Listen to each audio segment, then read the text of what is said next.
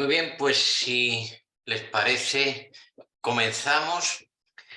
Gracias por acompañarnos en este seminario web. Bienvenidos y bienvenidas. Es un gusto compartir con tantas personas interesadas e interesantes estos momentos para hablar de argumentación jurídica y también, de paso, para presentar la que va a ser la cuarta edición del Diplomado Internacional en Argumentación Jurídica que se imparte desde Siles Formación. Y si decimos cuarta edición, es buena señal, es porque las otras tres, las anteriores, han funcionado bien, hemos tenido un número importante de estudiantes y sobre todo ha habido una comunicación intensa, fluida, profunda sobre tantas cuestiones que se pueden plantear y que nosotros planteamos en un diplomado sobre argumentación jurídica. Nosotros, los profesores presentes, tenemos diferentes puntos de vista en materia de argumentación jurídica. En parte provenimos también de distintas áreas temáticas del derecho, pero nos une la convicción de que la argumentación del movimiento se demuestra andando y la argumentación se demuestra argumentando, y que hay mucho que hablar y hay muy buenas razones para profundizar en nuestra formación, la nuestra propia y la de los que con nosotros se inscriben y nos acompañan en estas materias tan de nuestro tiempo como son las de argumentación jurídica. Nuestro diplomado, esta cuarta edición, comenzará el próximo viernes en nuestra página web de Silex, si-lex.es.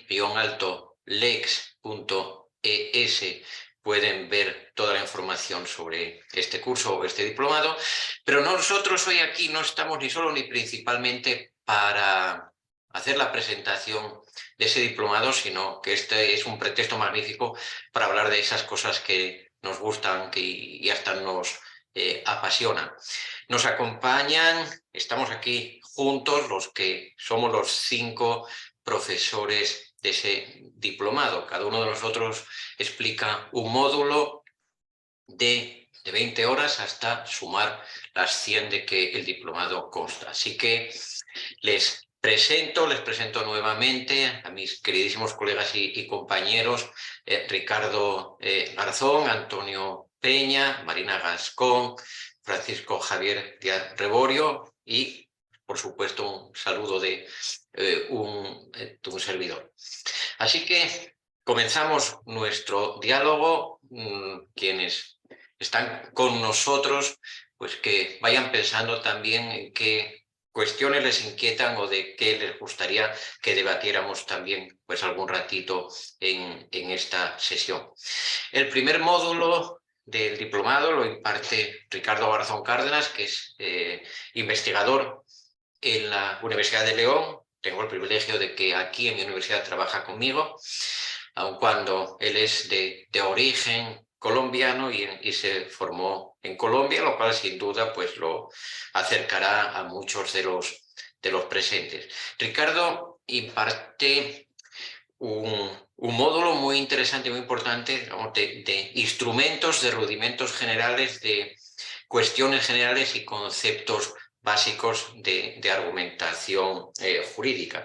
Y la pregunta para ti, Ricardo, es: ¿por qué crees que es importante que cuando hablamos de argumentación jurídica no demos sin más el salto a hablar de lo justo, lo constitucional, lo racional, lo lógico y no sé cuántas cosas, sino que nos pongamos de acuerdo respecto de algunos de esos conceptos que hay que manejar si en verdad queremos hablar de argumentación jurídica y no utilizar esa rama del conocimiento del derecho como pretexto para hablar de lo de siempre y, lo que es peor, para hablar como siempre de lo de siempre? Entonces, ¿cómo enfocas tú esa cuestión e indirectamente por qué consideras que es apropiado que exista ese módulo al comienzo de nuestro diploma?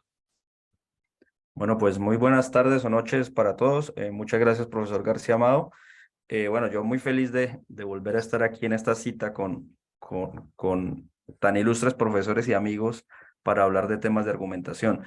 Yo creo que la argumentación hoy en día es una actividad que se cementa mucho, se nombra mucho, hay muchos currículos de universidades, sobre todo latinoamericanas, que han sido recientemente reformados para incluir argumentación, es algo que se considera importante, pero sin duda alguna necesitamos alguna serie de conceptos básicos para poder encarar sobre todo, digamos, el gran desarrollo teórico que se ha generado en este campo, eh, encararlo con elementos, con rudimentos, pero sobre todo sin angustia.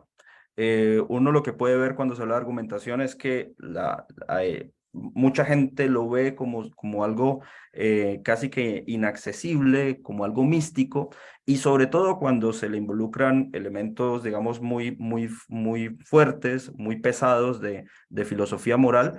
Y la idea es que sí, efectivamente, el estudiante pueda entender, digamos, las discusiones complejas que hay en el mundo de la argumentación jurídica, en la teoría de la argumentación, pero sobre todo que pueda comprender los conceptos para que los pueda usar. Y en este sentido, para poder usar los argumentos, se tiene que saber primero que no todo es argumentación, como usualmente se está diciendo en el mundo de la filosofía del derecho, o sea, todo es argumentación. No, no, hay otros elementos que son precisamente los que componen los módulos de este diplomado. O sea, para hablar de argumentación jurídica tenemos que saber de algunos elementos de teoría del derecho, de metodología jurídica, también tenemos que saber algunos elementos de teoría constitucional, tenemos que saber elementos de prueba y tenemos que saber aplicar estos conceptos, sobre todo a las decisiones judiciales, que es como el mayor interés que casi siempre tenemos a la hora de saber argumentar. En este sentido, ahora que comentabas, Toño, de que yo de formación me formé en Colombia, recuerdo una anécdota, yo no sé qué tan cierta sea, que la contaba el director del consultorio jurídico del externado, que en el último año, en el año de práctica, cuando el momento en el cual los estudiantes empezamos a utilizar precisamente estos conceptos y hemos aprendido mucha dogmática, tal, hubo un estudiante que le dijo a un cliente, a un usuario, le dijo, dame los hechos y yo te daré el derecho. Entonces, esta anécdota es fenomenal primero para mostrar que muchas veces se olvida que la argumentación es una actividad, que es una actividad que hay que ejercer, que hay que aprender a, a convencer por vía del derecho, pero el material fundamental es el derecho, efectivamente. Entonces, en ese sentido, la importancia de los elementos teóricos es, primero, poder entender las discusiones sofisticadas que se dan en el mundo de la teoría de la argumentación, pero segundo, irnos preparando para poder hacer de esos conceptos herramientas, hacer de esos conceptos instrumentos para nuestra actividad profesional. Si nosotros no logramos aterrizar estos conceptos precisamente en usos, en prácticas, pues nos quedamos en el mundo metafísico, etéreo y vaporoso de la filosofía del derecho, digamos, más abstracta, y no aterrizamos estos conceptos en las prácticas jurídicas, que es lo que se necesita. Entonces yo creo que esa es la importancia de abordar una serie de conceptos básicos para que el estudiante se pueda orientar, no se pierda en esto que muchas veces se vuelve un laberinto místico, que es la teoría de la argumentación. Bajarla un poco al terreno para poder en el terreno trabajar con ella. Yo creo que esa sería la principal razón. Sí, por ahí hablábamos hace unos días algunos de que si un abogado hace un buen curso, un buen título de argumentación jurídica y seguidamente no pasa a ganar algunos litigios más de los que ganaba, o si es un juez, ese estudiante que culmina con su título de argumentación y le siguen casando tantas sentencias como antes, es que algo va mal, no en ese abogado ni en el juez, sino seguramente en el curso. Y porque me temo que hay algunos de estos cursos siempre bien intencionados y con colegas excelentes, pero que buscan más hacernos buenas personas o que santifiquemos nuestras vidas que no tanto convertirnos en abogados más eficientes, sin por eso tener que convertirnos en monstruos. Me imagino que estás de acuerdo con esto, Ricardo. Sí, no, estoy totalmente de acuerdo.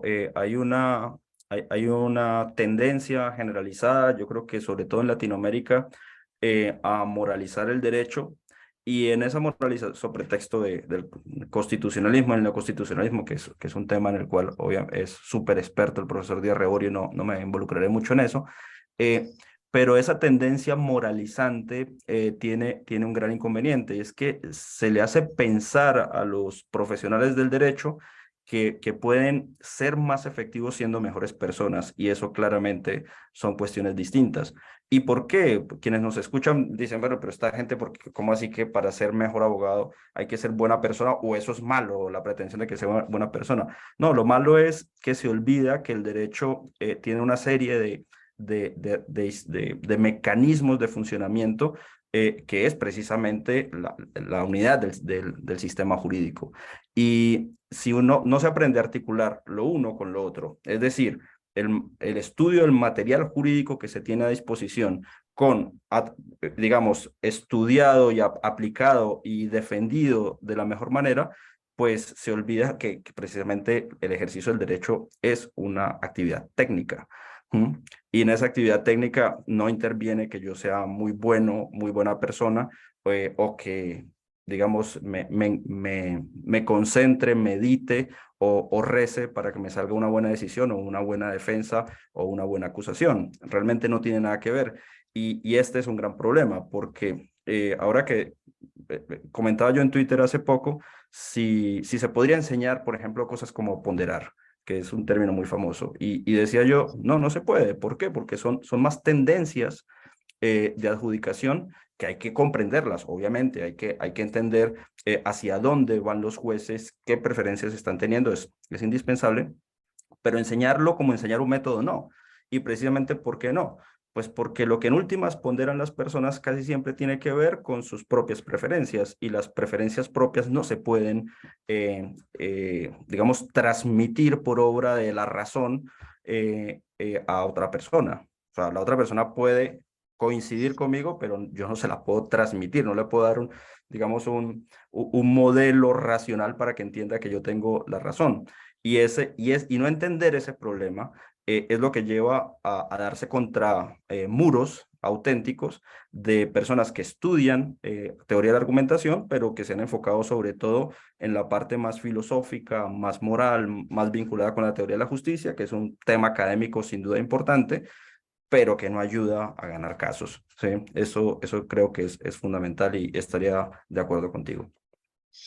Muchas gracias, Ricardo. Bueno, nuestro programa es peculiar, es original y yo creo que ahí está su virtud porque combinamos por dos cosas. Uno, combinamos perspectivas distintas sobre el derecho a la argumentación y luego no dedicamos ningún tema a Aristóteles. Eso nos hace realmente peculiares. Y no creo que esté mal dedicar una lección o medio módulo a Aristóteles. Oiga, pero nosotros no lo hacemos. En cambio, sí que ocupa un lugar importante en este programa la teoría del Estado de Derecho y la ubicación de la argumentación jurídica dentro de los patrones, las condiciones y las reglas del Estado de Derecho, de manera que desde esa teoría del Estado constitucional de Derecho pues podemos comprender mucho mejor qué son los derechos, cómo, dónde hay que insertar la decisión judicial correcta y qué sentido tiene argumentar y qué límites. Y de esas cosas y de muchas más se ocupa el profesor Antonio Peña Freire, catedrático de Filosofía del Derecho de la Universidad de Granada, que yo, así, calentando motores, le planteo esto. ¿Y por qué tú crees, Antonio, y así lo haces, que hay que pasar por esa teoría del Estado de Derecho, de los derechos y la decisión judicial, en lugar de ir directamente a preguntarse cuáles son las condiciones de la decisión objetivamente justa, materialmente justa o mejor ponderada? Dicho sea esto último sin ninguna ironía y quitándole todo sentido crítico a la idea de ponderación.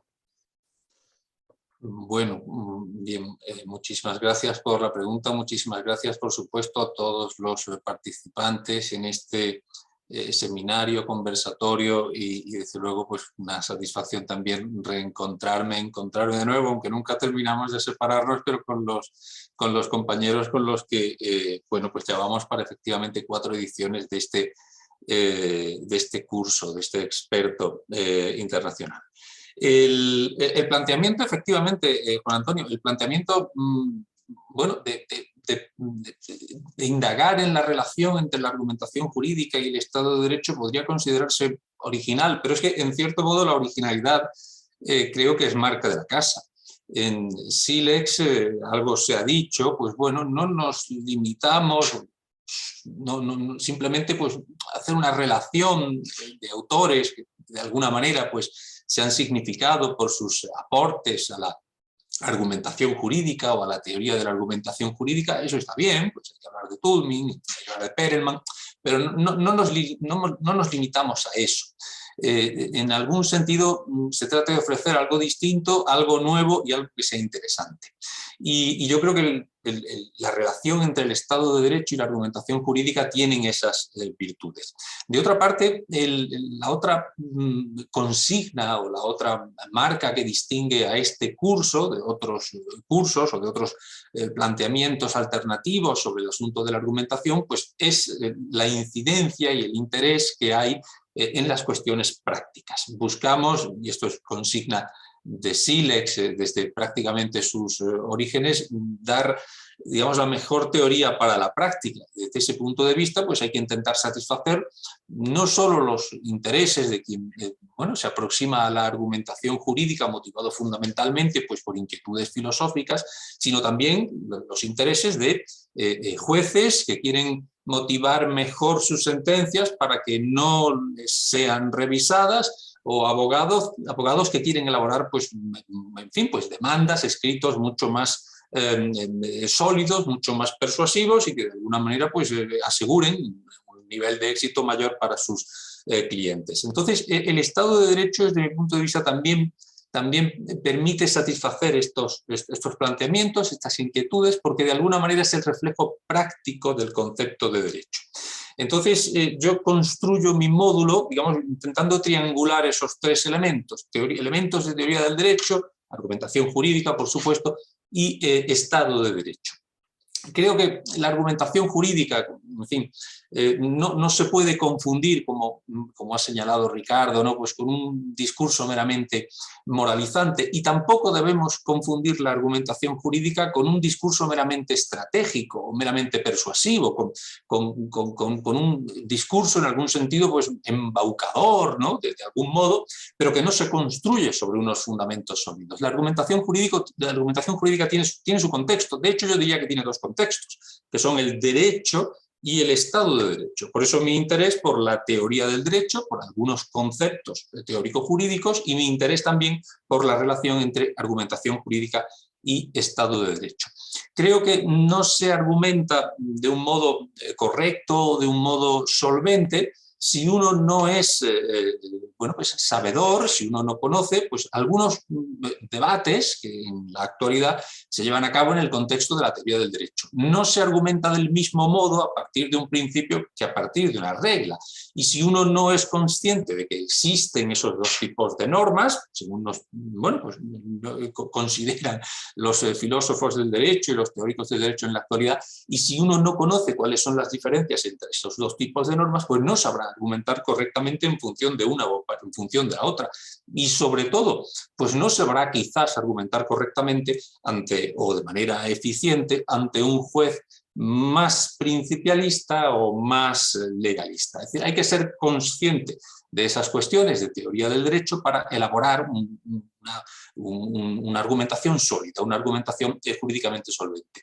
De otro lado, el otro ámbito, la otra cuestión que a mí me interesa es el Estado de Derecho. ¿Por qué? Pues porque algunos modelos de argumentación, básicamente particularistas, muy volcados a principios, muy moralizantes, como señalaba Ricardo, desde mi punto de vista podrían plantear ciertos problemas de compatibilidad con el Estado de Derecho. Y eso es algo que también me interesa y a lo que yo pues, dedico una parte importante del módulo, a ver desde, en fin, hasta qué punto, en qué medida una argumentación jurídica elaborada en clave principialista que busca sobre todo pues, una solución justa al caso, una solución conforme a ciertos principios que pueden ser principios constitucionales o no, es decir, o incluso estar más allá de la Constitución o subyacentes a ella. ¿Hasta qué punto una argumentación jurídica construida de ese modo es compatible con el Estado de Derecho? Y hasta qué punto una argumentación jurídica más formal, más legalista, más volcada a las reglas, pero que, digamos, nos lleva a conclusiones que no son satisfactorias de la moralidad, pudiera plantear de alguna manera pues una suerte de déficit ético para el Estado de Derecho, nos pudiera llevar a plantear objeciones o reparos de corte político, de corte ético al Estado de Derecho. Entonces todo esto lo abordo en el módulo, en una parte extensa dedicada pues, a casos difíciles, tipos de discrecionalidad, racionalidad de la decisión judicial, etc. Y todo ello pues, intento plantearlo de un modo, digamos, pues, insolvente, pero sobre todo también pues, claro, muy ilustrado, con referencias a ejemplos, casos, para que bueno, pues, todas aquellas personas que quizá pues, no tienen unos conocimientos teórico-jurídicos o filosófico-jurídicos muy profundos puedan en cualquier caso acceder claramente, digamos, o comprender claramente aquello que se plantea.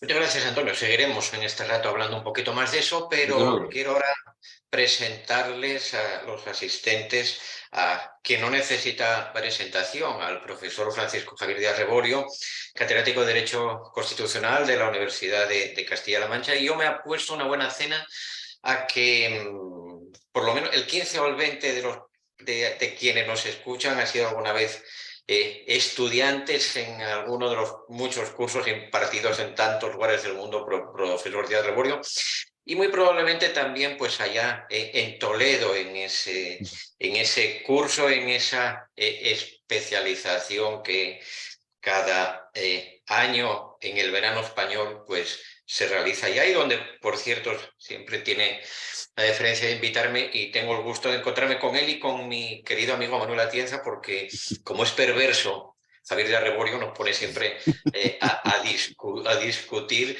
para enardecer a los grupos de estudiantes entusiastas. Bueno, Javier, tú tienes para nosotros la enorme virtud de ser un constitucionalista muy experto y con una larga trayectoria, y estás, por tanto, en la posición ideal para, seguro que en tu módulo, porque conozco tu programa, y también un ratito aquí ahora, decirnos tu opinión sobre dos cosas seguramente muy relacionadas. Uno, yo creo que ha habido en las últimas décadas una sorprendente alianza, no sé si estratégica o muy sincera, entre filósofos del derecho que cultivan la teoría de la argumentación jurídica y constitucionalistas dedicados al estudio de la argumentación. Uno ya no sabe, y seguramente eso es bueno, pero quiero saber tu opinión, uno ya no sabe dónde empieza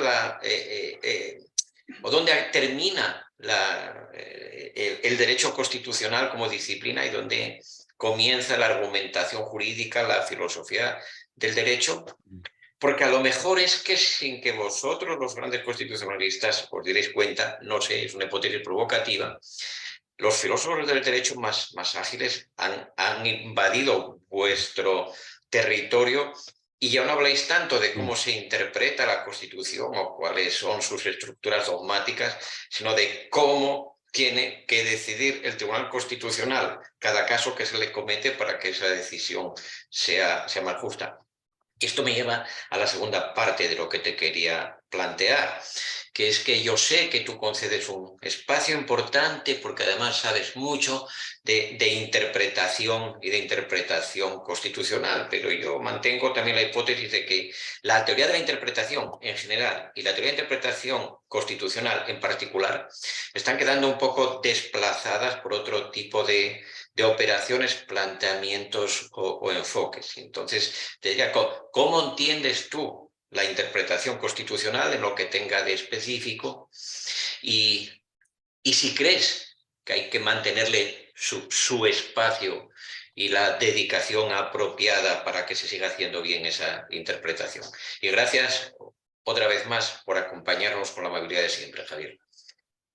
Bueno, pues muchas gracias. Buenos días, buenas tardes a todos. Por supuesto, en primer lugar, quiero expresar la satisfacción de participar por cuarto año, por cuarta edición, en este programa de argumentación jurídica, con este, bueno, pues excelente elenco de compañeros y compañeras. Es una ocasión siempre muy especial para mí, y este día de presentación pues también lo es.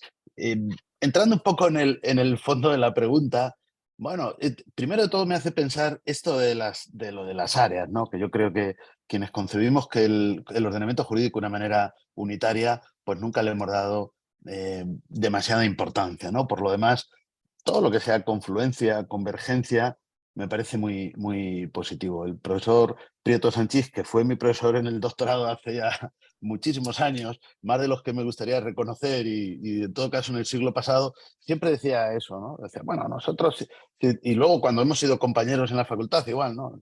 Bueno, esto podemos hablar para no reiterarnos demasiado, pero no pasa nada porque, digamos, porque tengamos un ámbito de confluencia, ¿no? Entre las distintas asignaturas o entre las distintas áreas. Y por lo tanto, no solo no pasa nada, o sea, es positivo que exista esa confluencia. A mí me parece enormemente positivo. A ver, es que, Juan Antonio, yo hice mi tesis doctoral sobre la interpretación constitucional y no sé si la mitad de la bibliografía eran filósofos del derecho, ¿no?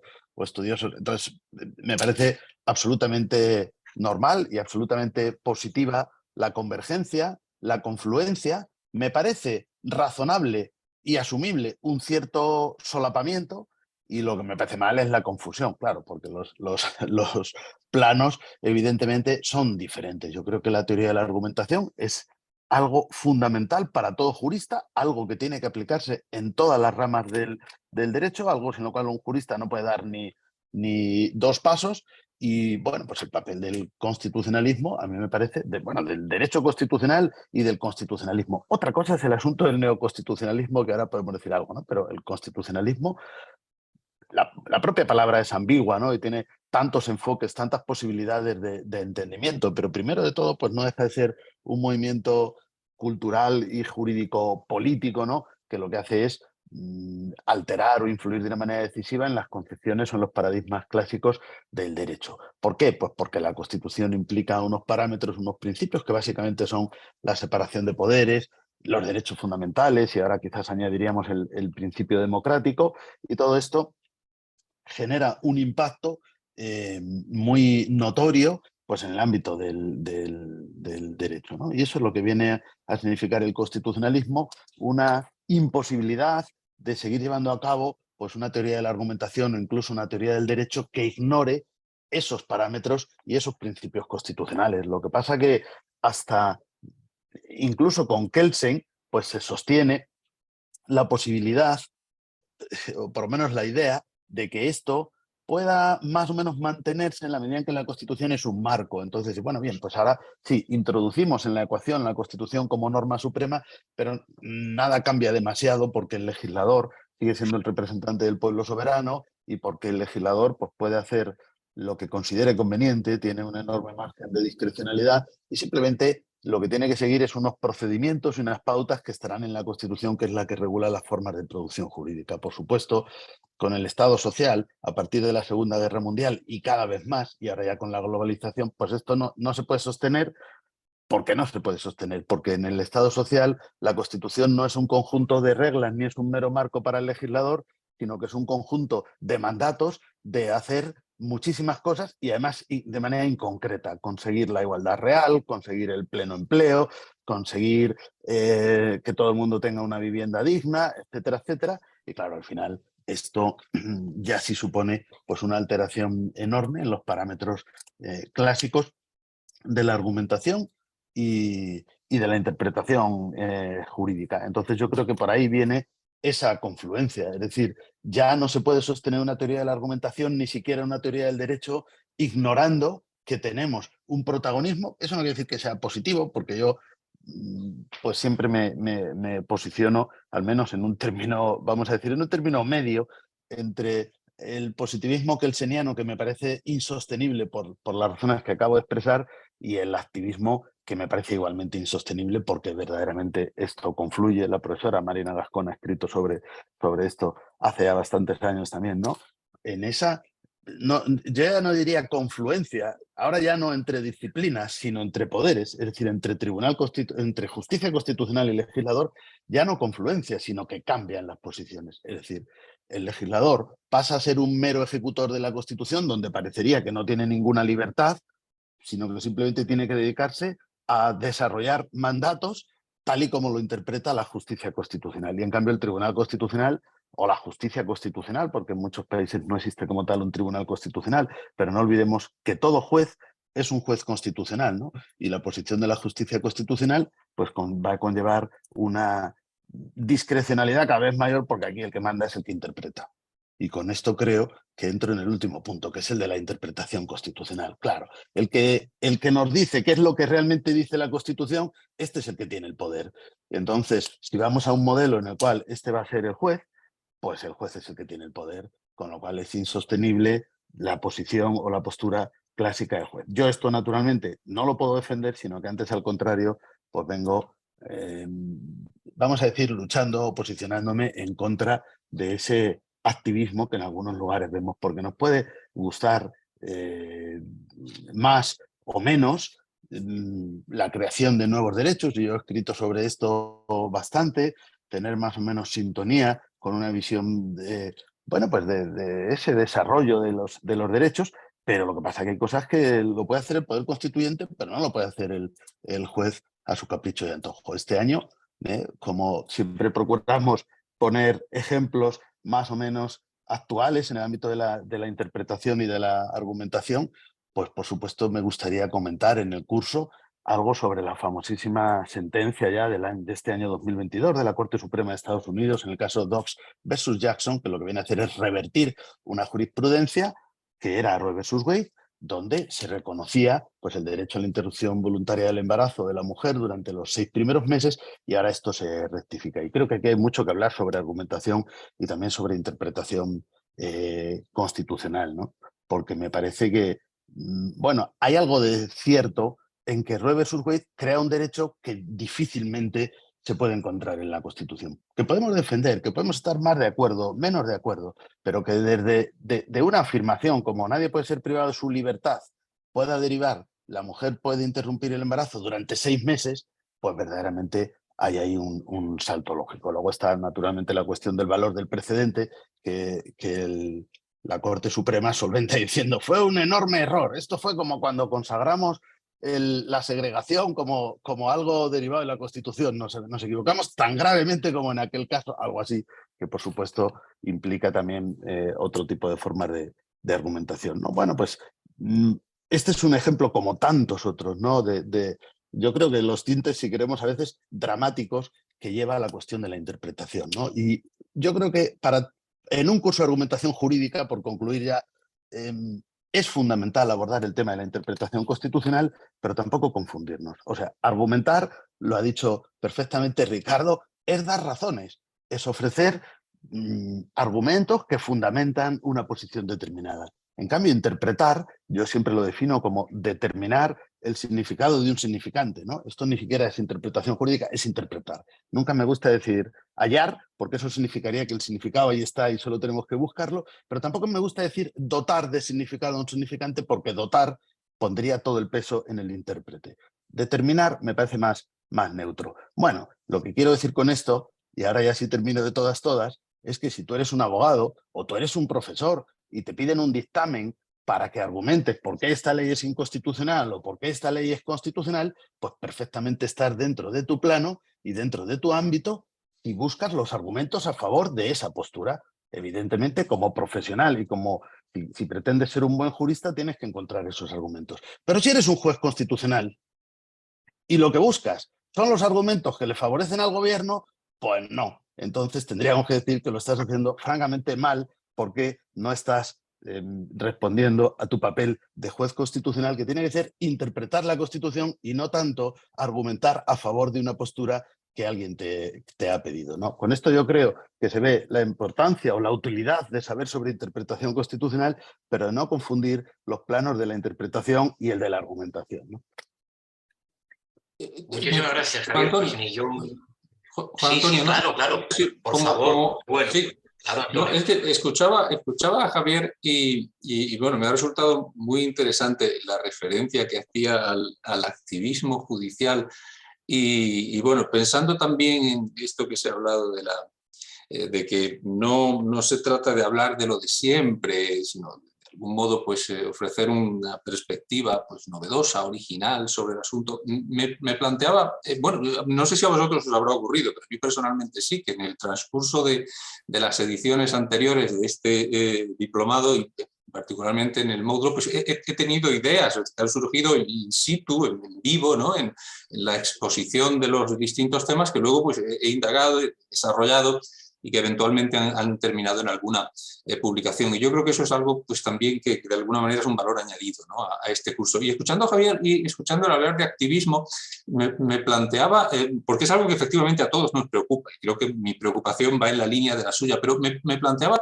si no sería quizás el momento de empezar a plantearse la existencia junto a ese activismo judicial, en fin, que hay que vigilar, de un cierto pasivismo legislativo o pasotismo legislativo incluso, es decir, de un legislador que se dedica en ocasiones meramente a una especie de parafraseo retórico de la Constitución sin tomar decisiones sustantivas, sin legislar en el sentido propio de la expresión, limitándose pues, a elaborar unas leyes muy retóricas. Nosotros aquí en el caso de España, y supongo que será un fenómeno que también se reproduce en otros países iberoamericanos, ¿no?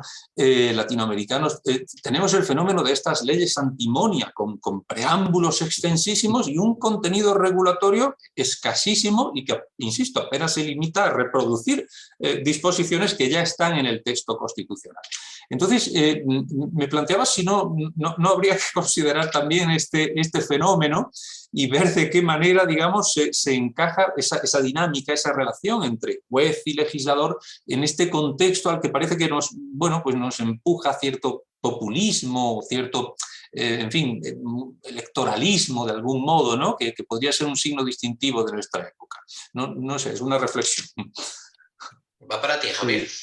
Sí, bueno, sí, estoy totalmente de acuerdo, porque yo creo que hay que buscar siempre el término medio. Es más, voy a decir una cosa, porque casi siempre que critico el activismo, sale alguien a defender el activismo y a decirme, es que sería peor. Y yo siempre digo una cosa, el activismo es lo segundo peor que le puede pasar a un tribunal constitucional o a la justicia constitucional. Lo peor, obviamente, es estar plegada al gobierno. Es decir, prefiero un tribunal activista que un tribunal que no... Al gobierno, al poder político, ¿no? Puede ser la mayoría parlamentaria. Bueno, la justicia constitucional, y en España, desde luego, pues hemos debatido bastante sobre esto en los últimos meses, porque ha habido ese conflicto quizás de los más crudos entre Tribunal Constitucional y legislador. Si tiene algún sentido la justicia constitucional, es que el legislador no puede hacerlo todo. Eso está claro. Y por lo tanto, un tribunal constitucional, una justicia constitucional plegada al poder político, bueno, lo hemos vivido en Venezuela, el profesor Alan Brewer Carías lo ha descrito perfectamente, lo hemos vivido en otros lugares, naturalmente eso es la muerte del Estado de Derecho y del sistema democrático. Ahora, y entonces, bueno, admito o coincido, si te he entendido bien, Antonio, contigo, en que es verdad, a veces esa inactuación, claro, si partimos de que la Constitución está llena de mandatos de actuación dirigidos a los poderes públicos y sobre todo al legislador, evidentemente nos va a surgir la pregunta, ¿qué pasa si el legislador no desarrolla estos mandatos? Entonces, bueno, a partir de ahí, nosotros también en el curso vemos, o en la asignatura, bueno, pues todas estas técnicas, desde aquellas técnicas que yo llamo unilaterales, que son las sentencias interpretativas y aditivas, que al final esto no quiere decir que estas técnicas sean legítimas siempre o que no sean legítimas nunca, ¿no? Sino que hay que ver cuándo los italianos hablaban de las sentencias aditivas a rima obligata, que era decir, bueno, cuando esto es obligado porque es que deriva necesariamente de la Constitución, pues ahí se puede admitir. Y ahora ya en cambio se buscan términos o fórmulas más sofisticadas, ¿no? Lo que se llaman soluciones bilaterales, la inconstitucionalidad sin nulidad, el darle un plazo al legislador para decir, mire, constato que usted no está cumpliendo un mandato constitucional, pero yo no le puedo sustituir y por lo tanto, pues le doy un plazo o incluso lo que ahora se llama fórmulas dialógicas, ¿no? Como precisamente en Colombia y en otros países, ¿no? Se han utilizado esas llamadas sentencias estructurales, que lo que dicen, bueno, aquí hay un estado de cosas inconstitucional y yo voy a supervisar absolutamente al poder político para que cumpla esos mandatos, ¿no? A mí me parece obviamente interesante estudiar pues todo ese tipo de fórmulas, como digo, sin afirmar categóricamente ni su licitud ni su ilegitimidad, ¿no? Sino que hay que ver en cada caso cuando eso está dentro de la función del Tribunal Constitucional. Pero bueno, es verdad lo que tú dices, pero bueno, lo que pasa que es que los poderes políticos y el legislador, en fin, vemos cosas muy perversas, porque por otro lado vemos leyes que se tratan de presentar a sí mismas como la única manera de resolver un mandato constitucional. Y no olvidemos que la Constitución pues, también reconoce como valor el pluralismo político, y que algo sea constitucional no quiere decir que sea la única opción constitucional. Yo siempre digo que el derecho constitucional no es el arte de lo óptimo, sino de lo posible. Digo arte porque me gusta más arte que ciencia, pero bueno, seguramente no es un arte, pero vale. Quiero decir, no se trata de decir esto es lo que necesariamente impone la Constitución, ni de sustituir al legislador. Lo óptimo es lo que hace el legislador dentro de la Constitución, porque para algo representa al pueblo soberano. Y la función del Tribunal Constitucional es decir si lo que ha hecho el legislador es posible o no es posible. Y solo si no es posible se puede corregir o se puede anular, en definitiva, ¿no? Entonces, pues sí estoy de acuerdo con esa posición. Pero lo que pasa, Antonio, es que uno va evolucionando y cada vez soy más antiactivista. Esa es la verdad, porque veo que los tribunales dicen lo que les da la gana y encuentran a veces derechos que precisamente desde el punto de vista de la argumentación pues resulta muy difícil fundamentar. Simplemente es que los tribunales interpretan cuál es el signo de nuestros tiempos y les parece que hay que modernizarse, y hacen, quizás suplen lo que tendría que hacer el poder constituyente, en este caso poder constituyente derivado, ¿no? O poder de revisión constitucional, pero claro, eso no les legitima, ¿no? Porque también lo digo siempre, a legitimidad democrática nunca le puede ganar un tribunal constitucional al legislador, ¿no? O sea, siempre va a haber ahí un déficit o un problema. El legislador siempre va a ganar, ¿no? Bueno, sobre esto ahora toca presentar a una invitada fantástica, pero se me ocurre que alguna ocasión tendremos a lo largo del diplomado para hablar de cosas tales sobre cómo se podría argumentar la llamada inconstitucionalidad por omisión, concepto que le gusta, por ejemplo, creo que bastante a nuestro amigo común Luigi Ferraioli, o de qué manera podemos integrar en nuestras cuestiones ese concepto de legislación simbólica, ese tipo de normatividad que en Colombia estudió muy bien Mauricio García Villegas, y que consiste en dictar leyes sin ningún propósito de que nada cambie ni nada se cumpla, nada más que para aparentar una preocupación que en el fondo ese poder político no tiene. Pero, insisto, ahora es el momento de que hablemos con nuestra querida compañera y amiga Marina Gascón Avellán, catedrática de Filosofía del Derecho, también de la Universidad de Castilla-La Mancha, y una de las colegas responsables de que finalmente la teoría de la argumentación, la filosofía del derecho y la teoría jurídica en general se ocupen de la cuestión de los hechos, porque parecía hasta no hace tanto que a la práctica del derecho y a la teoría que la estudia solamente le importaban las normas, sus interpretaciones, sus valores, sus manejos, sus virtudes y sus defectos, pero era como si los hechos estuvieran ahí para ser sin más descubiertos y tuviera poca entidad teórica el tema de la prueba. Entonces, Marina, en nuestro diplomado, se ocupa de argumentación, hechos y su prueba, y nos trae todas estas perspectivas innovadoras que además ponen el énfasis en la importancia de que el juez motive, fundamente, o sea, argumente también sus valoraciones sobre las pruebas y no solo sus consideraciones sobre el derecho.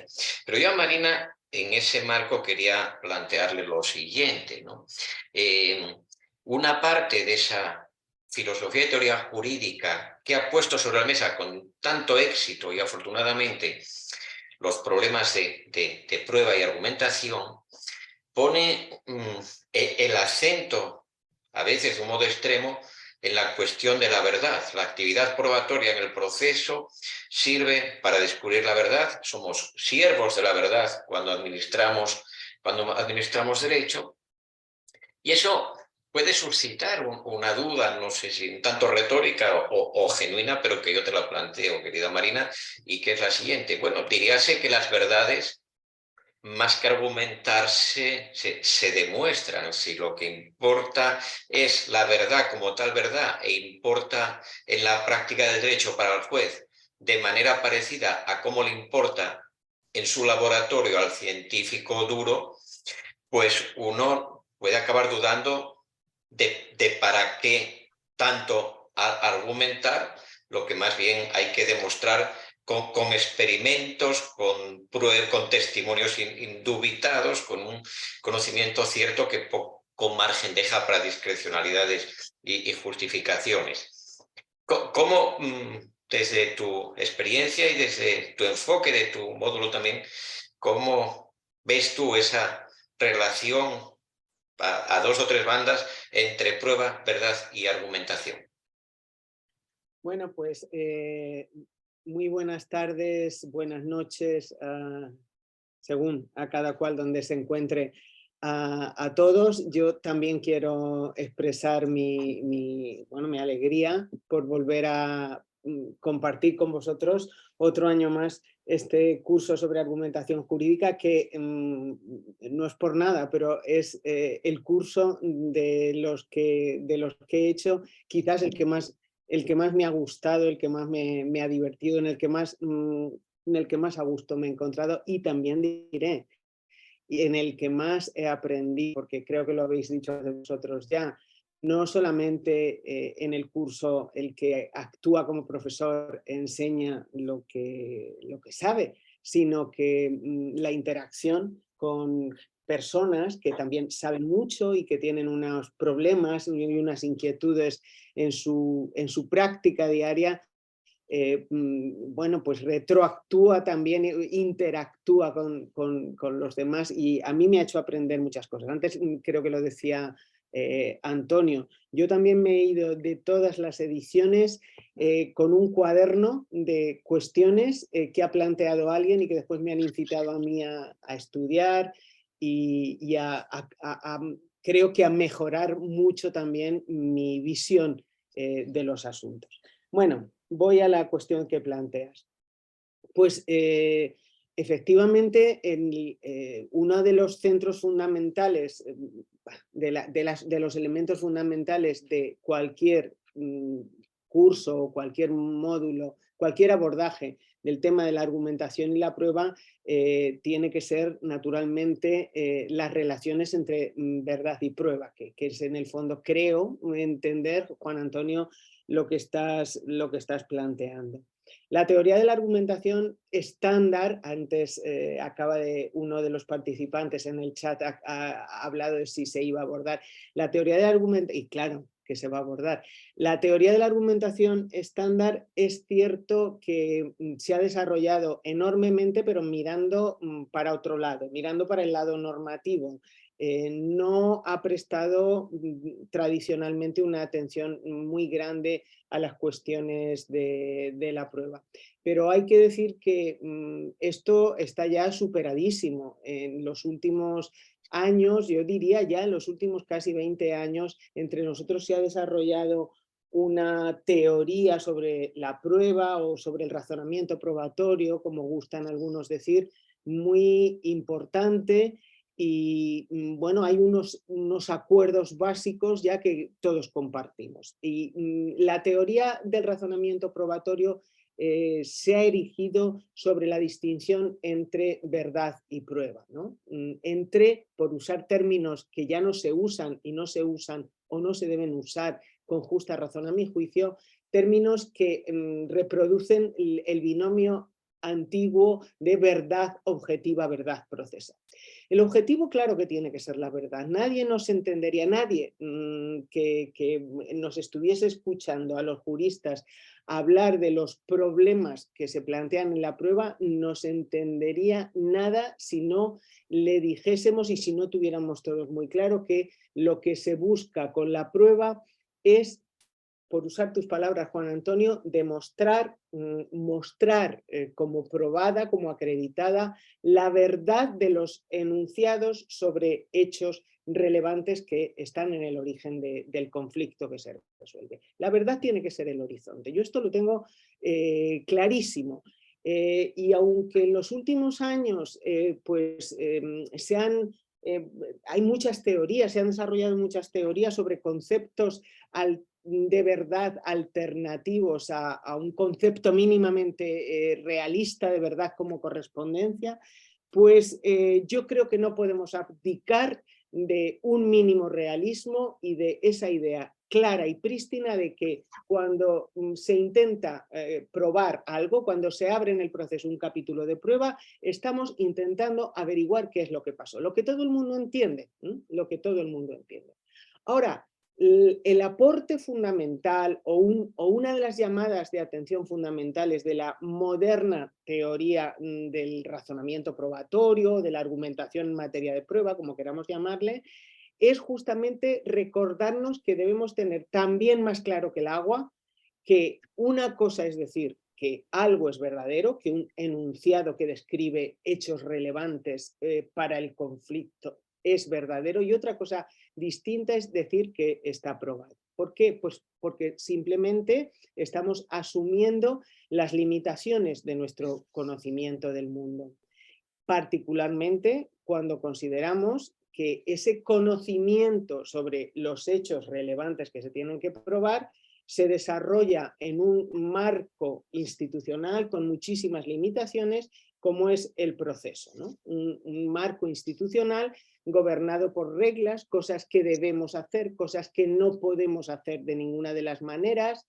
hecho o llevado a cabo por unos jueces que son personas y que por tanto se pueden equivocar, que no presenciaron los hechos sobre los que se están pronunciando porque los hechos ocurrieron en el pasado, que han de demostrar que esos hechos pueden tenerse por verdaderos, es decir, que están probados a partir de razonamientos que nos pueden llevar a error. En definitiva, lo que ha puesto, por decirlo en una palabra, de relieve la teoría actual del razonamiento probatorio es que el objetivo de la prueba es buscar la verdad, pero que nuestro conocimiento del mundo se mueve en la incertidumbre y por tanto podemos cometer errores. Y esto es importantísimo porque es una llamada de atención a la responsabilidad de los decisores. ¿Responsabilidad en qué sentido? En el sentido, primero, en que tienen que tomar todos los cuidados del mundo para decidir correctamente, es decir, para aproximarse a la verdad lo más posible. Y segundo, que tienen que justificar su decisión, es decir, mostrarnos a todo el mundo las razones por las cuales esa descripción de hechos relevantes puede aceptarse momentáneamente como verdadera, ¿no? Momentáneamente en el sentido de a la luz de los conocimientos que tenemos, que pasado mañana podrían mostrarse que tendremos que cambiar. Entonces, ese es el asunto fundamental. Yo siempre parto en el módulo de esta cuestión, ¿no? de los parámetros fundamentales que tenemos que manejar en una teoría de la prueba comprometida con hacer todo lo posible para minimizar y al límite evitar la comisión de errores judiciales. Porque este es el norte, ¿no? El norte no es simplemente un norte epistémico, un norte de conocimiento. Al derecho, a los jueces, a los abogados, no solo nos interesa conocer lo que pasó por una especie de afán puramente teórico, ¿no? Sino que lo que nos interesa sobre todo es garantizar que la decisión que finalmente se toma sea una decisión que consiste en la aplicación de lo que la ley dice a unos hechos que pueden considerarse como verdaderos, pero sabiendo que podrían no serlo, ¿no? Entonces, esto es fundamental. Y el núcleo para mí, lo que constituye el núcleo de este módulo es justamente reconstruir los criterios racionales que podemos usar para considerar o para demostrar que, los enunciados que describen los hechos relevantes pueden considerarse como verdaderos, es decir, pueden considerarse como probados. ¿Cuáles son esos criterios racionales de valoración que tenemos necesariamente que usar para decidir primero y para justificar nuestra decisión después y someterla, por tanto, al control también racional de otros sujetos que también deben comportarse racionalmente?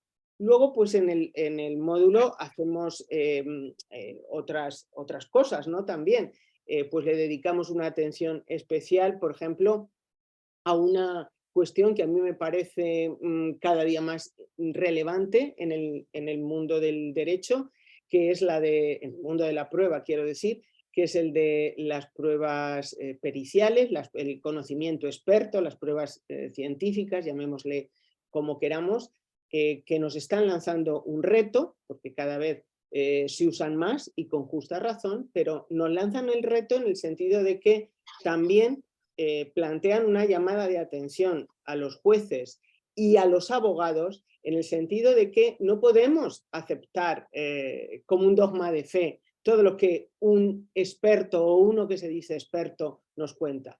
Al final es el tribunal, es el juez el que tiene que escrutar y decidir qué valor, si es que hay que darle alguno, merece aquello que le comunica un experto. Entonces, el reto que tenemos, y a mí este es un tema que me gusta mucho y que intento también pues, intentar pergeñar algunos criterios para poder escrutar y decidir el valor que le corresponde a lo que nos dicen los expertos, es algo muy, muy importante, ¿no? Porque la mayor parte de los jueces y también de los abogados seguimos estando o siguen estando en la práctica muy acostumbrados a decir que como el juez no es experto, que para eso llama al experto, porque si él lo fuera no lo necesitaría, como el juez no es experto, pues tiene que asumir sin más lo que le dice desde su conocimiento científico el experto. No, esto no puede ser así. El que tiene la responsabilidad de decidir es el juez. Y eso sí, tiene un problema, y es el de decidir con criterios racionales sobre el valor que merece aquello que el experto dice. Entonces, este es un reto, a mí este es un tema que me parece muy importante y sobre el que debemos dar también en la práctica pues pasos importantes, ¿no? Quería una cosa, bueno, quería antes decir una cosa sobre lo que dijo Javier, pero como ya habéis hablado mucho de esto, no. Antes decía Ricardo, a ver, que teníamos que procurar enseñar la teoría de la argumentación, los conceptos fundamentales de la argumentación sin angustia, ¿no? Y yo estoy completamente de acuerdo con él. Me parece que este mensaje que ha mandado Ricardo es un mensaje muy oportuno. ¿Por qué digo esto? Pues porque es verdad que aunque ha proliferado muchísimo la teoría de la argumentación en los últimos tiempos, es verdad que con justa razón la mayor parte de los abogados, de los juristas en general, de los jueces, intentan formarse en la argumentación jurídica, aunque es verdad también que los tribunales, y esto lo ve uno cuando lee las sentencias últimamente, los tribunales se van haciendo poco a poco eco de todas estas enseñanzas y de toda esta terminología. Cuando uno a veces lee una demanda de las que se hacen eco de estas cosas o una sentencia que muestra que se está prestando interés a todo esto, a veces le queda la sensación de si los que nos dedicamos a, como desde la teoría, ¿no?, a la teoría de la argumentación, a enseñar sobre estas cuestiones, no estaremos errando el tino de alguna manera, porque lo digo porque el otro día leía 2 sentencias sobre este tema, del tema de la prueba, pero bueno, sobre cualquier otro tema pues se podría decir lo mismo. y me produjeron un buen sabor en un aspecto y uno malo en otro. El bueno es que las sentencias se trataban de ser serias en lo que estaban haciendo, tomarse en serio los desarrollos, las enseñanzas de los desarrollos pues más importantes y más extendidos ya hoy sobre todas estas cuestiones. Intentaban tomarse en serio la exigencia de no valorar de esa manera subjetivista, recurriendo a los conceptos ya muy manidos, pero totalmente irracionales, típicos de la valoración íntima y del principio de inmediación y todo esto, y cambiarlos por el contrario, o anclar su decisión en criterios objetivos enseñados por la teoría de la prueba. Y sin embargo, la decisión, la argumentación que hacía, que en el fondo a mi juicio estaba bien, pero era oscurantista completamente. Era muy, bueno, costaba entenderla. Entonces, costaba entenderla porque reproducía, aunque con conceptos más rigurosos, pero reproducía los viejos vicios oscurantistas que estamos intentando también combatir, ¿no? Entonces, esto que decía Ricardo ahora de enseñemos la teoría de la argumentación sin angustia, me ha parecido bien porque sí, sin angustia en el sentido de que esto, bien entendido, no es una parafernalia de conceptos oscurísimos que solo los que están en las claves de las cosas pueden entender. Este no es el objetivo, a mi juicio. El objetivo es que esto lo tiene que poder entender todo jurista, y diría casi incluso todo quisque de populo, mínimamente, con una mínima formación. No puede ser que después de tanto esfuerzo vayamos a leer en una demanda o en una sentencia unas parrafadas que no las entiende nadie. Lo que es importante de cara a la mejora racional de las decisiones es, si me permitís la expresión, sota, caballo y rey. Y son unas cuantas cosas que pueden expresarse con rigor, pero también con suma claridad. Y yo creo que este tiene que ser el objetivo nuestro. Bueno, yo lo intento, no sé si siempre, no sé si lo consigo o no, pero lo intento. Motivar es una tarea que no tiene por qué ser compleja, ni estar repleta de terminología críptica o tan críptica como aquella a la que estamos intentando sustituir. Gracias, Marina, pero fíjate, yo a mí me tocaba contar algo, y si hay tiempo lo haré, de cuáles son algunos contenidos de mi módulo, pero enlazo con esto tan interesante que tú planteas, y que planteaste al hilo de lo dicho por Ricardo también.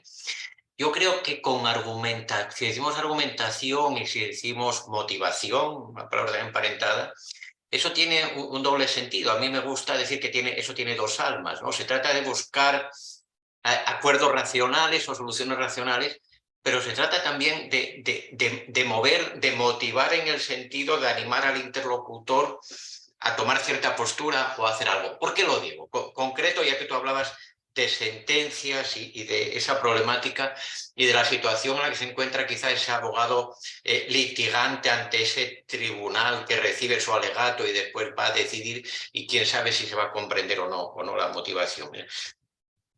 Bueno, por diversas circunstancias y en los últimos años me ha tocado conocer de cerca algún proceso importante en algún país y hacer una mínima supervisión de alguna apelación o de alguna casación, y aquellos abogados, desde su experiencia amplia y constante, decían: oiga, la clave no está en que argumentemos aquí como si fuéramos mismísimamente Klaus Roxin o Yerin Redivivor.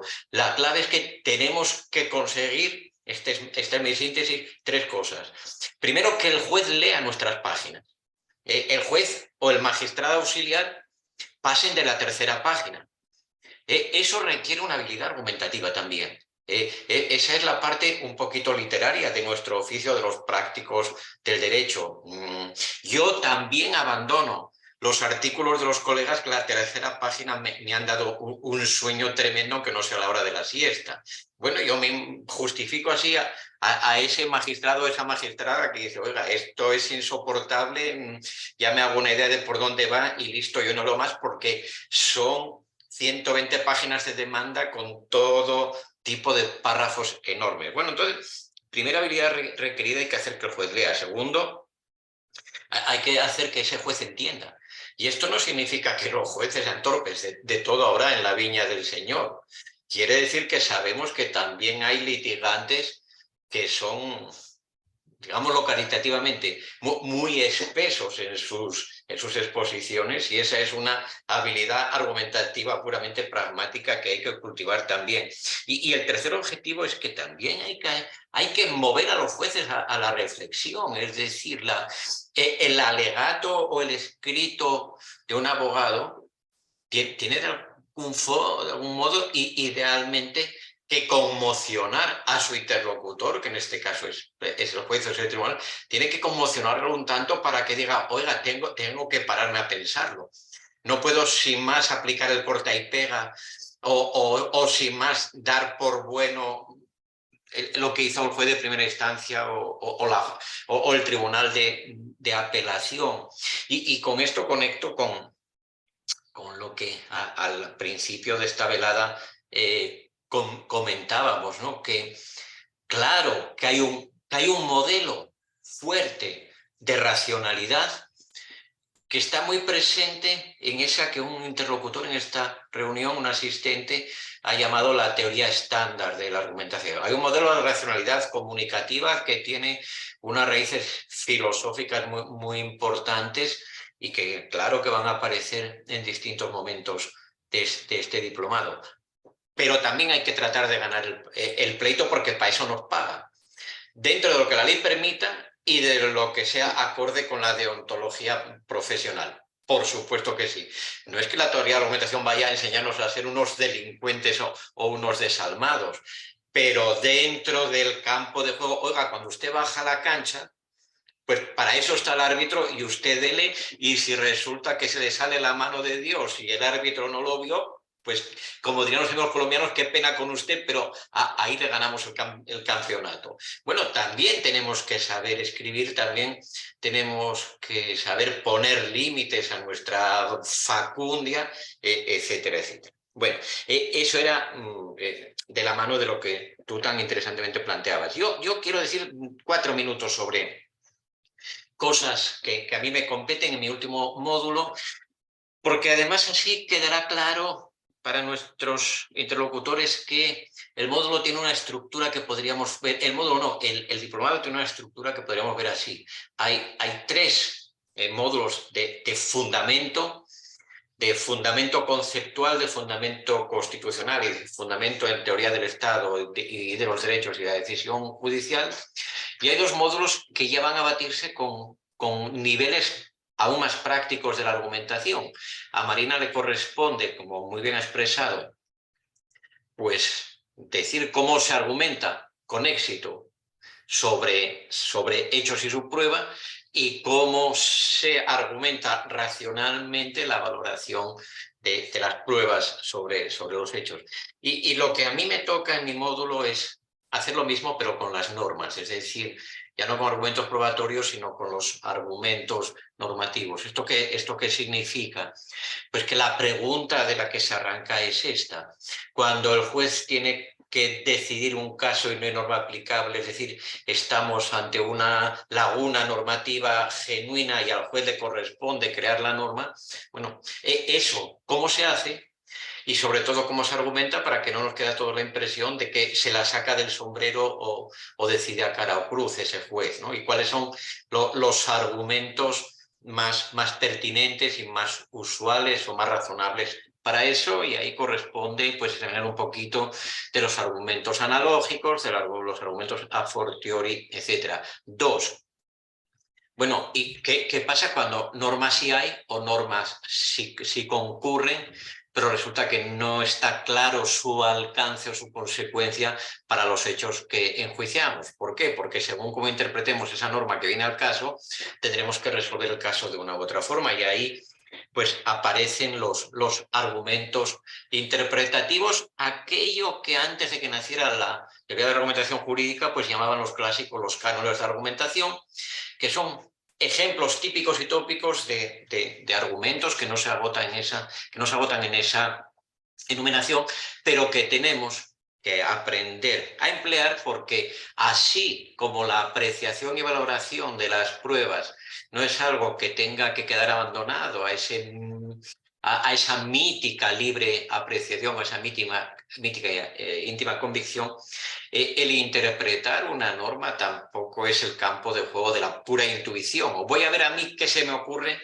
que esto puede querer decir, o cómo queda más mono, o cómo queda más bonito. Ni siquiera cómo queda sin más justo. Y aquí hay una parte realmente muy técnica que yo temo que se está abandonando, y le toca a la teoría de la argumentación poner claridad por una parte y límites por otra a lo que es interpretar.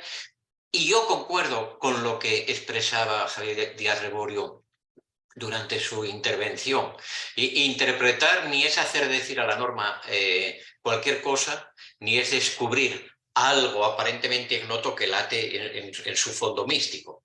Bueno, pues es decidir entre alternativas razonables, y es esa parte de la decisión acotada en sus límites lo que debe ser argumentado. ¿Pero cómo? A nosotros, creo que en eso coincidimos todos los que estamos aquí, nos gusta mucho leer sentencias y analizar sentencias. Y daría por un libro bien bueno si publicáramos conjuntamente nuestros análisis de sentencias hechos ya en tantos años. Y uno comprueba una y otra vez que hay muchas interpretaciones que parecen arbitrarias, gratuitas, aunque se pongan esta etiqueta, y que además están pésimamente justificadas, motivadas, argumentadas. Bueno, pues eso tenemos que aprender en esa doble dimensión que tiene la teoría de la argumentación jurídica. Hacerlo bien para ganar cuando nos toca pelear en la cancha, y saber examinar esas interpretaciones críticamente cuando queremos ver su corrección, su razonabilidad, su adecuada inserción en el contexto jurídico respectivo, o su compatibilidad con el marco constitucional, etcétera, etcétera. Pero yo quería, por último, poner un ejemplo y ver qué opináis y por qué. Porque he tenido una pequeña polémica en las redes muy agradable estos días, y creo que va de lleno en lo que aquí estamos hablando. Esto es, ¿qué significan las normas? Empezando por las normas de la Constitución, y si el interpretarlas como las interpreta un ciudadano común que entiende la mayoría de lo que la Constitución dice, ¿sirve para algo o solo nos conduce a la melancolía? Voy al caso y voy al ejemplo, ¿no? Hay muchos queridísimos países donde viven tantos de los que ahora amablemente nos escuchan, donde hay grandísimos problemas en las cárceles. Hay problemas de hacinamiento, de insalubridad, de atentados contra la vida, la integridad física, la libertad sexual y tantas cosas que todos sabemos. La situación de las cárceles en muchos países creo que me parece que podemos estar de acuerdo en esto, en cualquier caso no será objeto ahora, creo que es una de las cuestiones más acuciantes en materia de derechos humanos que se dan en esta parte del mundo que gusta llamarse primer mundo, o mundo muy civilizado, o mundo poseído por constituciones muy interesantes. Entonces, lo que yo planteaba retóricamente, y a propósito de un país que dice que las penas tienen que resocializar, y que además la cárcel no es un castigo adicional, ni un lugar de tortura ni de degradación, sino que tiene la función que tiene. Bueno, a partir de esa idea que la propia Constitución expresa, yo decía, bueno, ¿y cómo toca interpretar ahí la Constitución? ¿Qué tiene que hacer el juez competente en esos casos? Y en últimas la Corte Constitucional o quien cumpla esas funciones. Porque si uno hace la más elemental interpretación de las normas constitucionales y de desarrollo legal relativas a los derechos de los presos, y hay un preso que demanda porque corre gravísimo peligro su vida, su dignidad, etc., y esos riesgos se prueba que son legales, bueno, si la interpretación es fácil y los hechos ahí pareciera que hablan por sí mismos, ¿qué consecuencias sacamos de la norma? Porque si resulta que lo que dice la norma es papel mojado, porque después hacemos consideraciones puramente utilitaristas, del tipo de qué bonito sería vivir en un país que tuviera medios suficientes para garantizar a todos los presos su dignidad, a todos los ciudadanos su vivienda, bueno, convertimos la Constitución misma como en un trampantojo, en ideología como falsa conciencia, que diría el viejo Marx, ¿no? En consuelo de la impotencia. Entonces, ahí es donde otra vez, donde yo apunto otra cosa que me parece que late siempre, ¿no? que nosotros juntos hacemos este diplomado y otras cosas. Nos falta otro elemento más en esta ecuación, un componente más, que es el componente de la política, ¿no? Da la impresión de que las constituciones y por extensión las normas del bloque constitucional y tantas normas de desarrollo constitucional, pues las estamos dejando en manos de honestos moralistas para que especulen, como si el problema constitucional fuera un problema metafísico, ¿no?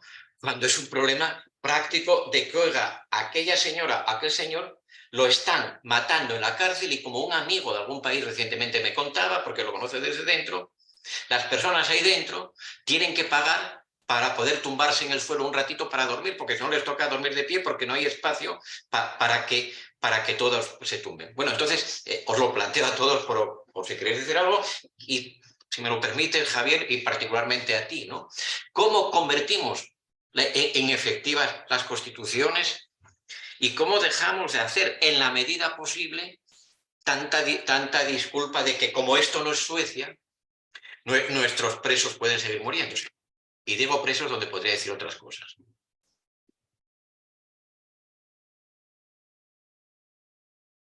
Ahí, Javier. Bueno, sí, ya que tenía el micro ahí apagado, ya que me has interpelado directamente en la pregunta más difícil de la sesión y que venía justo al final, pues debo decir algo, ¿no? Yo voy a decir lo siguiente. Estoy de acuerdo con vosotros, o con los que habéis mencionado, que hay que, digamos, desdramatizar el tema de la argumentación. Sin embargo, la cuestión de la interpretación y sobre todo la interpretación constitucional es dramática. Es dramática porque verdaderamente tú estás poniendo un ejemplo entre tantos otros que podríamos aportar, en los cuales verdaderamente la literalidad nos conduce a algo y la realidad, que es tozuda, lo impide, ¿no? Y podría ser el derecho a una vivienda digna o podría ser pues, la función, en efecto, de reinserción social de la pena. Esto es dramático, ¿por qué? Porque para mí es una consecuencia ineludible de algo que además suscribo absolutamente, es decir, con lo que estoy totalmente de acuerdo y que yo ya mencionaba antes, ¿no? Que en el Estado social las normas son mandatos y son mandatos de optimización y son mandatos que imponen algo tan imprescindible como inalcanzable. O sea, la igualdad real es imprescindible, es innegociable, es decir, ¿quién podría estar en contra? Pero tan importante como inalcanzable. Entonces, bueno, naturalmente esto yo creo que tiene una serie de consecuencias en la interpretación. Entonces, esto significa, yo lo digo muchas veces en broma, pero es una metáfora que se me ocurre, como esta escena que a veces vemos en las películas. Bueno, a alguien le habrá pasado en la realidad, a mí no, solo lo he visto en películas, cuando alguien es sorprendido en la cama con otra o con otro por su pareja. Y entonces su pareja llega, se sorprende y el otro dice, no es lo que parece, puedo explicarlo. Y naturalmente significa que no va a poder explicarlo porque probablemente es lo que parece. Pues lo que sucede con las normas constitucionales suele ser esto, no es lo que parece, hay que explicarlo y cuando lo explicamos, obviamente vienen las rebajas. ¿Por qué? Pues porque cuando un mandato se trata de maximizar, sabemos que no puede llegar a ese objetivo. Ahora, yo sí creo, ¿no? Dicho esto, sí creo que hay que buscar por eso me parece que es dramático, ¿no? Primero, porque no creo en un método de la interpretación constitucional, que aprovecho porque antes, digamos, no profundicé en esta idea y estoy de acuerdo también con lo que tú has dicho. Y sin embargo, tampoco tengo una explicación muy clara de por qué parece que se va abandonando la idea de la interpretación a favor de la argumentación. Pero algo de esto puede tener que ver con la idea de que se abandona la posibilidad de que podamos realmente, es decir, de que exista una interpretación acertada. Si no existe una interpretación acertada, pues entonces vamos dejando poco a poco de lado las ideas de la interpretación y nos conformamos con que por lo menos se argumente bien. Yo me resisto a dar ese paso, es decir, bueno, creo que hay que seguir buscando esa interpretación acertada y creo que en esta interpretación pues hay que tener presente todo lo que yo he dicho sobre lo que es un Estado social. Es de, bueno, lo que pasa es que a lo mejor las constituciones no deberían incorporar determinados mandatos o determinadas ideas que luego son irrealizables. Porque claro, si la Constitución dice, pues no sé, todos iremos al cielo cuando nos muramos, pues el intérprete terminará por decir, pues esto no significa absolutamente nada, porque es algo que primero a lo mejor resulta que ni existe y segundo, si existiera, pues nunca lo podría garantizar el poder constituyente, ¿no? El que vayamos a ir al cielo. Bueno, hay una parte que es esto y que obviamente coincido contigo, es decir, el constituyente pues tiene que ser razonablemente realista para imponer mandatos o para imponer objetivos que resulten asumibles, ¿no? Pero luego hay otra, y es decir, bueno, vamos a ver, aunque sepamos que la igualdad real o que en tu ejemplo la función de reinserción social de la pena pues no siempre se puede cumplir o es un objetivo difícilmente alcanzable en su plenitud, sin embargo, no podemos tampoco pensar que los mandatos constitucionales sean mandatos vacíos, ¿no? Es decir, los mandatos tienen que tener un significado y evidentemente cuando nos encontramos con actos jurídicos o con normas o con situaciones que de una manera palmaria pues contradicen esta situación, digamos, lo mínimo ahí es señalar la inconstitucionalidad. Luego vendría el problema que también antes mencionábamos de la inconstitucionalidad de la omisión, es decir, ¿quién repara aquello que los poderes públicos no han hecho? Porque yo también estoy convencido, bueno, de hecho, aprovecho para decir que uno de los temas que abordamos en mi asignatura es el del coste de los derechos, o costo, como dice el libro de Cass Sunstein traducido en Argentina, ¿no? El coste de los derechos y su incidencia en la interpretación. Es decir, bueno, si asumimos todo esto que yo he dicho, pues significa que todo derecho, cualquiera, todo derecho fundamental es un mandato de gasto. Es así simple. Pero de gastar, ¿cuánto? ¿Cómo? Bueno, de gastar en una línea o en una tendencia determinada. Y esto tiene, yo creo que, consecuencias muy importantes en la interpretación. Pero una de ellas es que, obviamente, por resumir y no extenderme mucho, yo creo que un derecho no puede ser absoluto, pero tampoco puede ser vacío. Y eso es lo que... Pero bueno, seguramente tú pienses, Juan Antonio, como no eres muy dado a lo de los principios, que este es el drama de los principios, y quizás así es. Es decir, es que los principios, en efecto, no se materializan en forma de o todo o nada, pero porque un principio nunca puede ser todo. O sea, aunque la Constitución diga todos tendremos derecho a una vivienda digna, no podemos interpretarlo en el sentido de que toda persona puede tener aquella vivienda que imagina y además en propiedad y además tal, pero tampoco podemos entender esto no significa absolutamente nada y por lo tanto, dado que esto es ambiguo o que es interpretable o que requiere medios económicos, no tiene una traslación jurídica. No, significa que nuestro derecho, cada vez más constitucionalizado y cada vez más plagado de mandatos que implican el gasto, necesita revisar muy a fondo pues, todos nuestros métodos de interpretación y de argumentación, ¿no? De ambas cosas. Estamos muy de acuerdo, Javier. Antonio. Sí, no, que decía que quizás lo que se plantea es un efecto perverso de ciertas teorías de la argumentación, las que quizá ponen el acento en la naturaleza de principios de las normas constitucionales, que habría que poner de manifiesto. Igual que sería erróneo y sería también un efecto perverso de ciertas teorías de los derechos, digamos, pues el que a partir de la afirmación de que hay diversas generaciones de derechos, se dice por supuesto que los primeros ya están satisfechos de una manera plena, lo que planteaba Juan Antonio. Es decir, hay gente muriendo, ¿no? En fin, en unas circunstancias, en unas condiciones que son difícilmente justificables en virtud de no sé qué ponderación. Estamos hablando de derechos de primerísima generación que por el hecho de haberse visto superados por digamos, por el hecho de que se les hayan añadido, se les hayan adicionado otros derechos nuevos, otras normas de contenido social, derechos sociales, etc., no significa que estén plenamente satisfechos y que por lo tanto puedan quedar desatendidos. Y algo así que entiendo ocurre, o eso he entendido yo, con el planteamiento, ¿no? Con la sugerencia que lanzaba Juan Antonio. Bueno, hay normas que son interpretables pues probablemente en un sentido muy claro.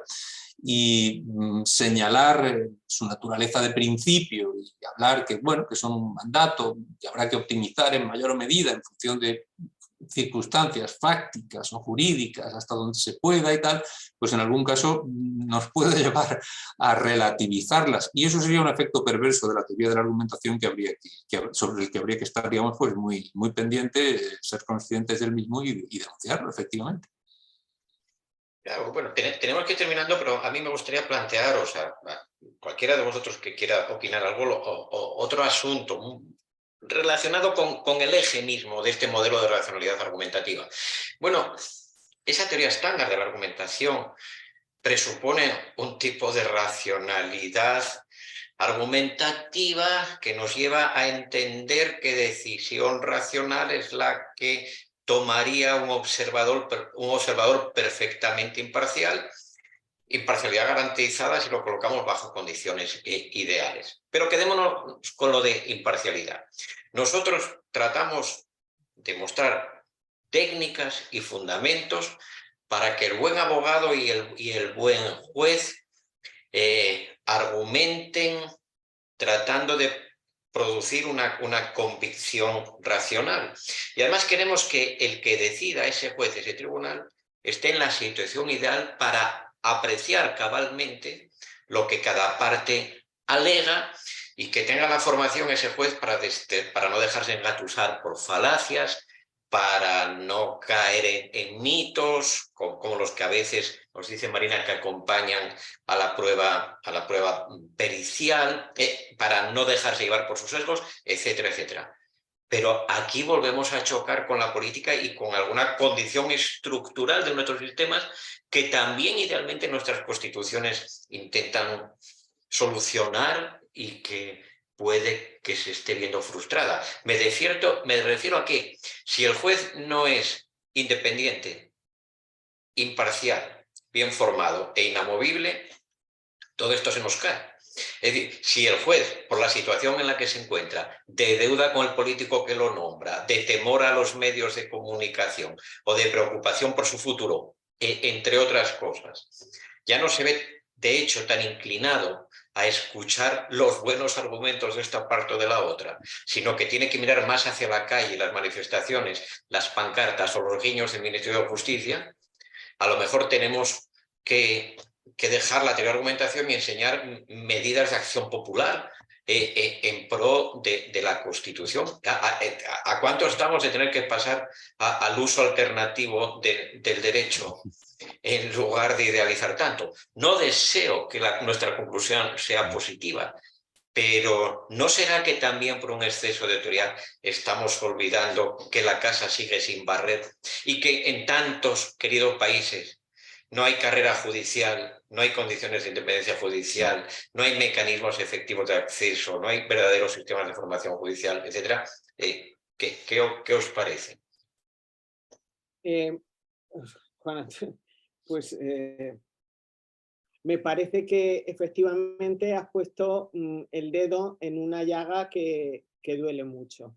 La teoría de la argumentación no es la panacea de sistemas que no funcionan bien o de defectos del sistema que son muy serios y que deben ser solucionados. Tú has puesto el ejemplo de, bueno, ¿qué pasa si los jueces no son tan imparciales o tan independientes como deberían ser, no están interesados por los buenos argumentos, les da igual lo que tengan en la... No, pues lo que pasa es que harán malas decisiones injustas y ya está. Sí, la teoría de la argumentación es una manera de, o tiene como objeto, digamos, juega dentro de unas condiciones de mínima salud del sistema.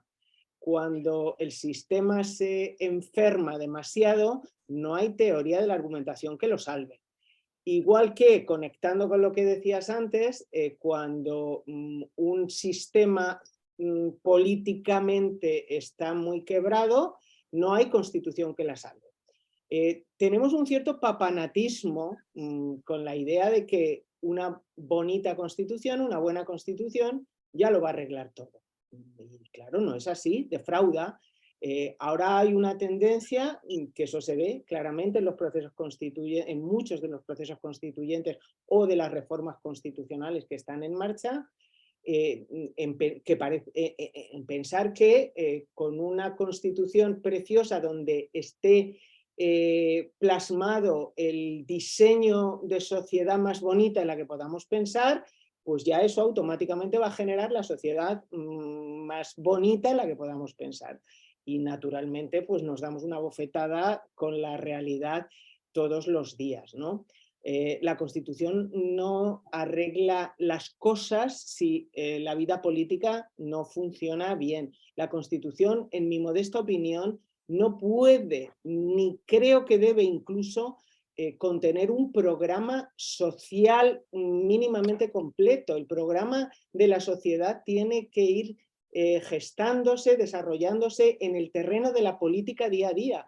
La Constitución puede diseñar la estructura, la arquitectura institucional mínima y decir algo sustantivo, pero poco poniendo límites a lo que en la política se puede y se debe hacer. Pero es en la política donde se tiene que desarrollar como queremos ser. Así que da igual lo que diga la Constitución sobre los derechos de los presos, sobre el fin de la pena, sobre los derechos de vivienda, de salud que tengamos todos los ciudadanos, sobre lo que quiera decir. Si después no hay un trabajo honesto, constante y esforzado en el terreno político, y del terreno político formamos parte todos, no solamente nuestros representantes, ni la constitución más bonita y más larga del mundo va a arreglar nada.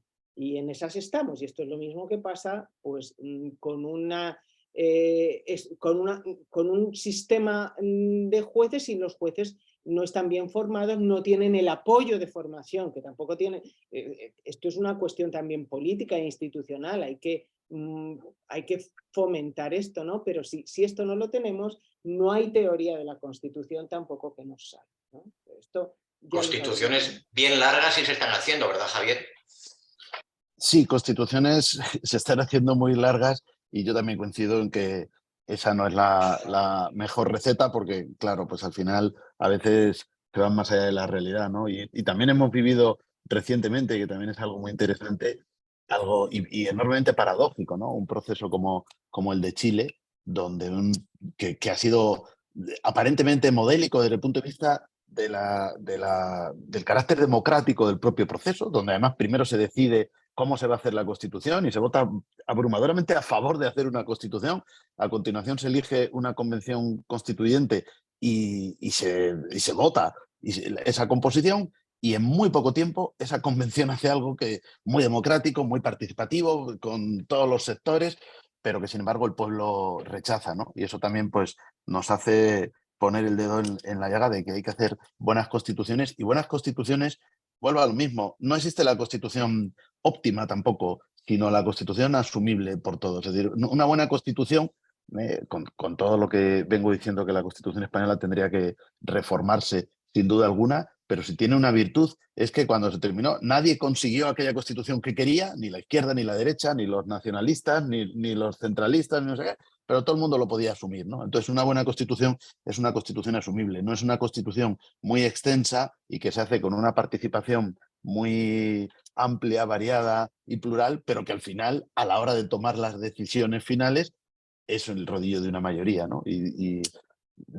mucho más en un contexto, si queremos, polarizado, ¿no? Que además vemos tanto en Latinoamérica y que a mí tanto me preocupa, ¿no? Donde cada vez más pues estamos viendo, incluso en elecciones presidenciales, ¿no? O sea, al final el 51 frente al 49 creo que es una señal de que una sociedad algo no va bien ahí, ¿no? Pero bueno, coincido con todo lo que decís. Es que además yo lo he suscrito siempre, porque además como constitucionalista siempre me preguntan como que tuviéramos que tener la receta o la solución para todo, y no, la Constitución, como he dicho antes, no es la solución, no es la receta para todo, sino simplemente el parámetro o el marco. Decía Gerard Leifhold, una frase que siempre me gusta decir, no sé si es posible, pero quiero seguir creyendo que es posible, lo que él decía, ¿no? Es decir, corresponde, él lo decía para el Tribunal Constitucional, pero valdría para cualquier intérprete constitucional, ¿no? Corresponde al Tribunal Constitucional la respuesta jurídica a problemas políticos. Es decir, nadie cierra los ojos a que los problemas constitucionales son políticos,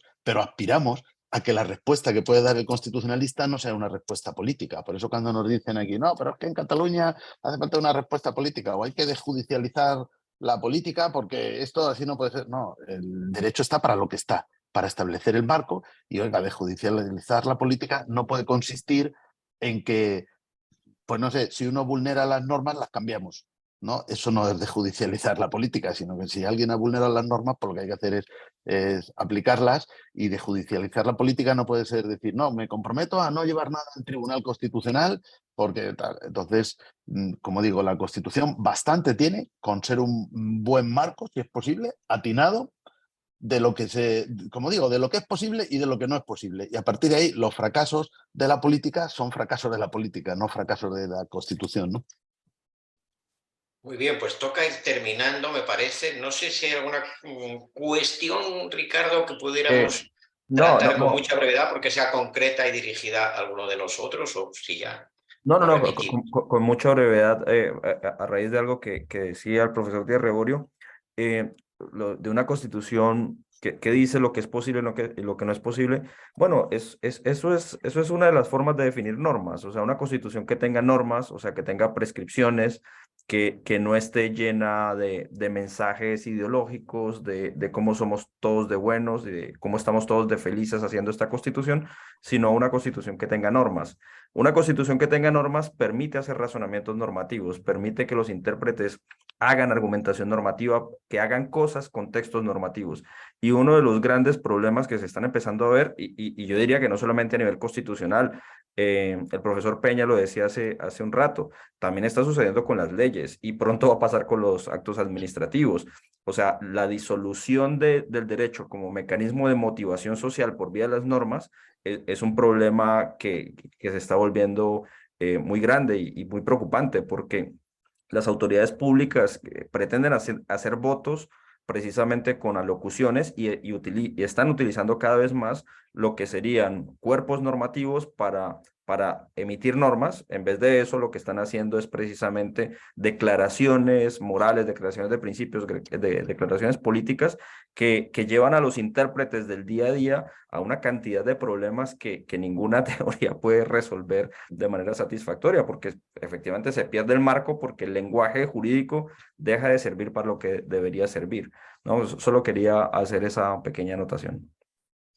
Pues muchas gracias, Ricardo. Creo que tenemos que lamentar, pues, que como suele pasar, nos hemos disfrutado nosotros dialogando, tal vez no hemos podido o sabido dar el espacio a las preguntas. En cualquier caso, ahí quedan. Si alguno de los que nos acompañaron quiere particularmente con alguno de nosotros tratar alguna cuestión, saben cómo localizarnos, quedamos a su disposición. Y a los más interesados y que tengan un poquito de ánimo y de tiempo, pues los invitamos a seguir también nuestro diplomado en argumentación jurídica, que comienza el próximo viernes, se imparte en viernes y en sábados. Son 100 horas en total que cubren pues algunos meses, y en efecto, y como todos hemos repetido, ahí solemos disfrutar mucho gracias también a esos estudiantes inquietos y dialogantes. Todo el que hace un curso SILES es después incorporado a un invento que llamamos el Club SILES, y ahí ya sí nos juntamos con una deliciosa promiscuidad jurídica y hablamos de todo lo divino y de lo humano que tenga que ver con el derecho, porque cuando acaban los cursos, como es el caso de este diplomado, no acaba nuestro contacto no termina esta comunidad de apasionados de lo jurídico, sino que se prolonga. Muchísimas gracias por haber estado aquí de un modo tan encantador y tan profundo, querida Marina, querido Javier, querido Antonio, querido Ricardo. Muchísimas gracias a tantos que nos han acompañado y escuchado. Bueno, y esta es nuestra casa y qué bueno encontrarnos de nuevo y tantas veces en ella. Suerte, buen fin de semana, un abrazo, amigo. Gracias a todos. Un abrazo a todos y si quieren Gracias. ver más seminarios webs de SILEX de estos que hemos realizado, pues sencillamente pueden visitar nuestra página que es www.si-lex.es. Entonces, pues muchas gracias por acompañarnos. Hasta luego. Gracias. Un abrazo. Buenas noches. Gracias. Adiós. Hasta luego. Hasta pronto. Hasta luego, chao, chao.